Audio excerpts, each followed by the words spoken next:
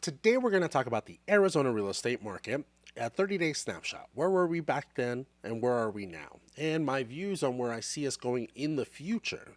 If you don't already know, my name is Francisco Isaula. I'm a real estate agent here in Arizona. I meet buyers, sellers, and investors where they're at in their real estate journey, and I help walk them through that process with the expertise and the knowledge through facts and experience that I've gained. Now, let's dive into this topic. All right, so we're going to start with the active listings that are currently on the market. And if you can see right here, we have a few categories. We have active, including UCB and CCBS. These are homes that are currently under contract, but the seller is still accepting any backup offers should any be presented. And then there's active excluding UCB and CCBSs.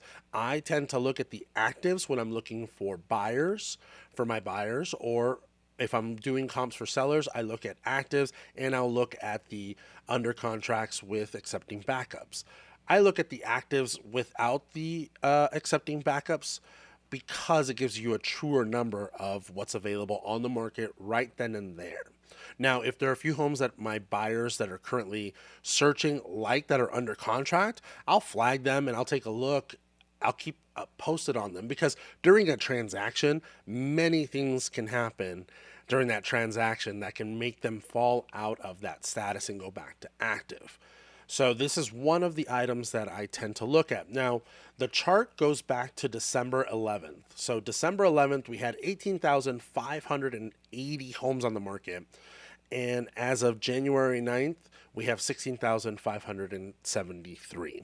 So that tells you that we have a downtick right now. Inventory's lower. It is in Arizona, in real estate, it's a cyclical market. So if it were a normal market where no other outside factors are playing, we would see this because during the winter times, prices or inventory goes down, prices go down, and then come springtime, they start to shoot back up. So we'll talk about that a little bit later. But this is our active listings. All right, so now let's talk about days on market. So this is another key indicator that I like to look at is days on market. How long has the home been sitting on the market?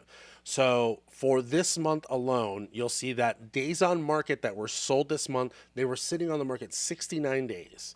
So from January 09, this is a 12-month cycle here. So 35 days, January 09, 2021, or 2022, I'm sorry. And then 2023, January, 69 days. So over the last 12 months, we've doubled in days on market.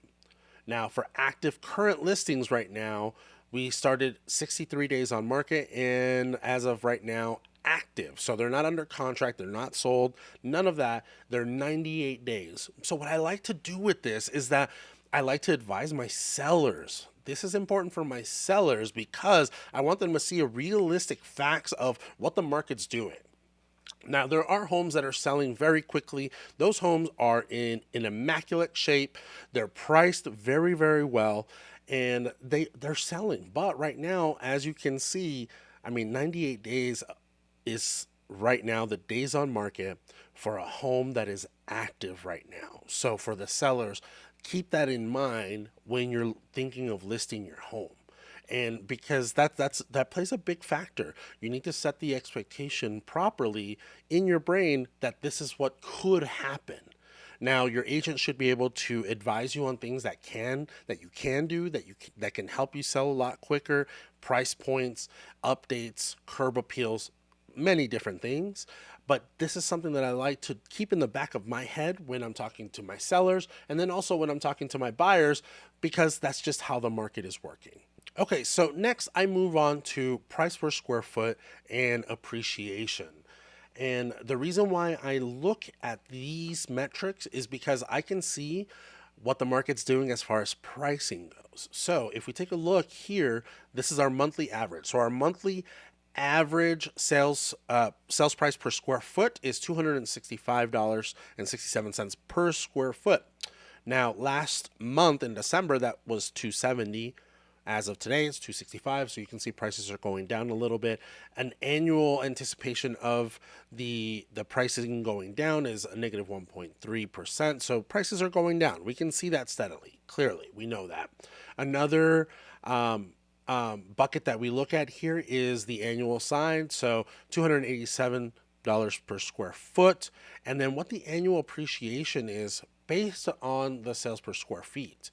So here you can see last month it's not as great and large as we've seen in the past, right? We were looking at 15 to 25% in appreciation over the last 2+ years, but we can see it gradually slowing down here. You know, in November it was 285, in December 286, and 287 in January. So appreciation is slowing down the value and appreciation of the homes. Why do I use this? I like to see this because where are the trends going?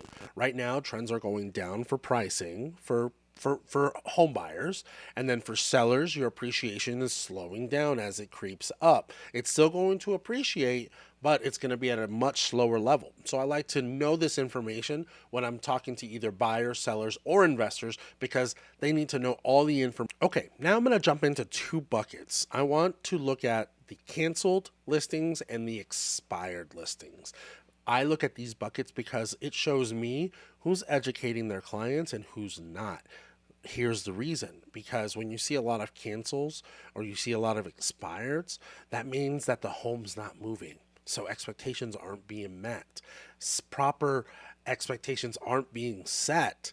So listings are getting canceled because their clients are frustrated or other circumstances, or they're letting it just get expired and move on to another agent or not even sell at all. So I want to dive into that right now. And first one, I'm going to dive into the canceled listings.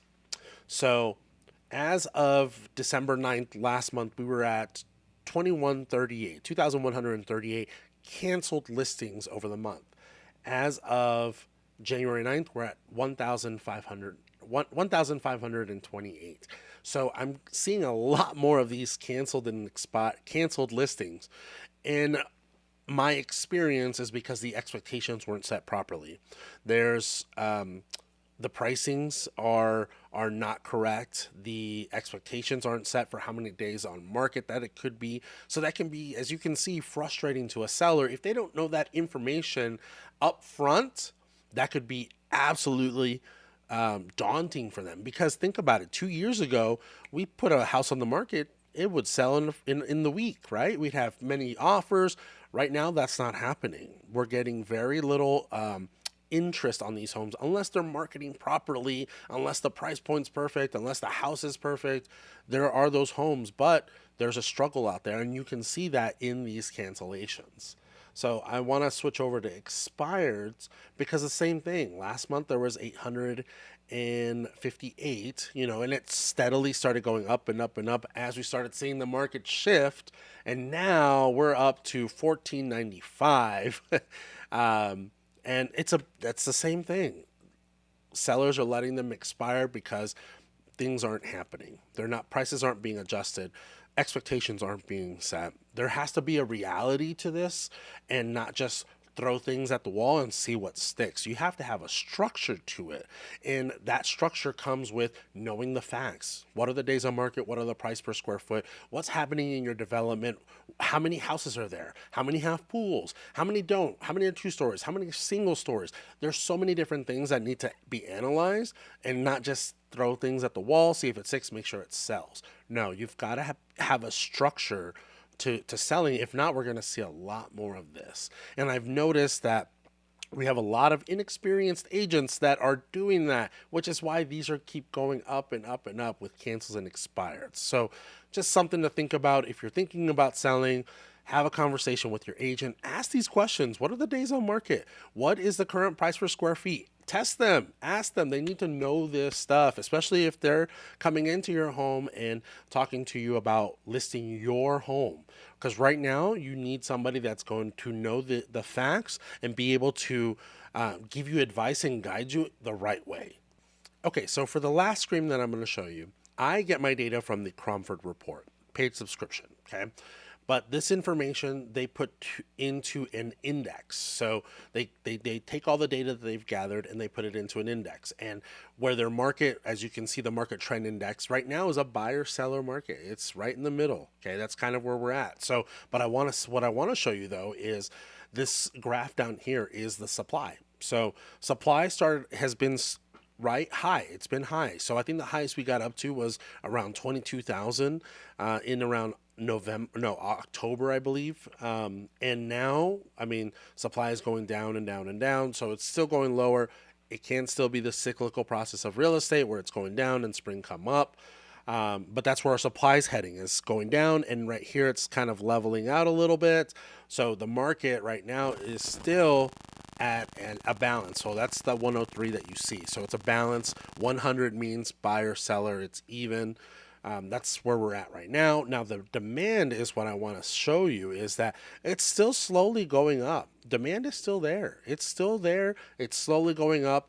That can be many factors, right? There's the inventory, there's the fear behind buying right now because of interest rates and what's the market going to do, things of that sort. Now, as programs have started to come out with lenders, we know now that you can do 2-1 buy downs, and I'll link that here in the video above.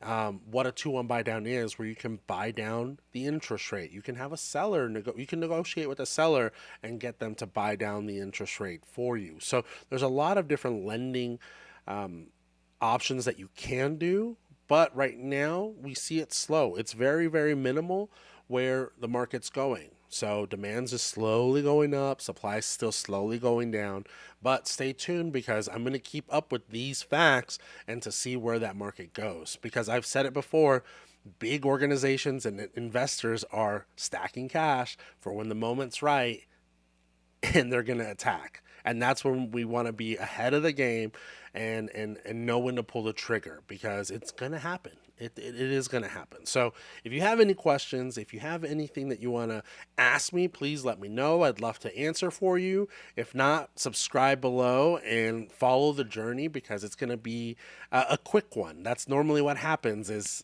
a blink of an eye, things can change. So have an awesome day and we'll talk soon.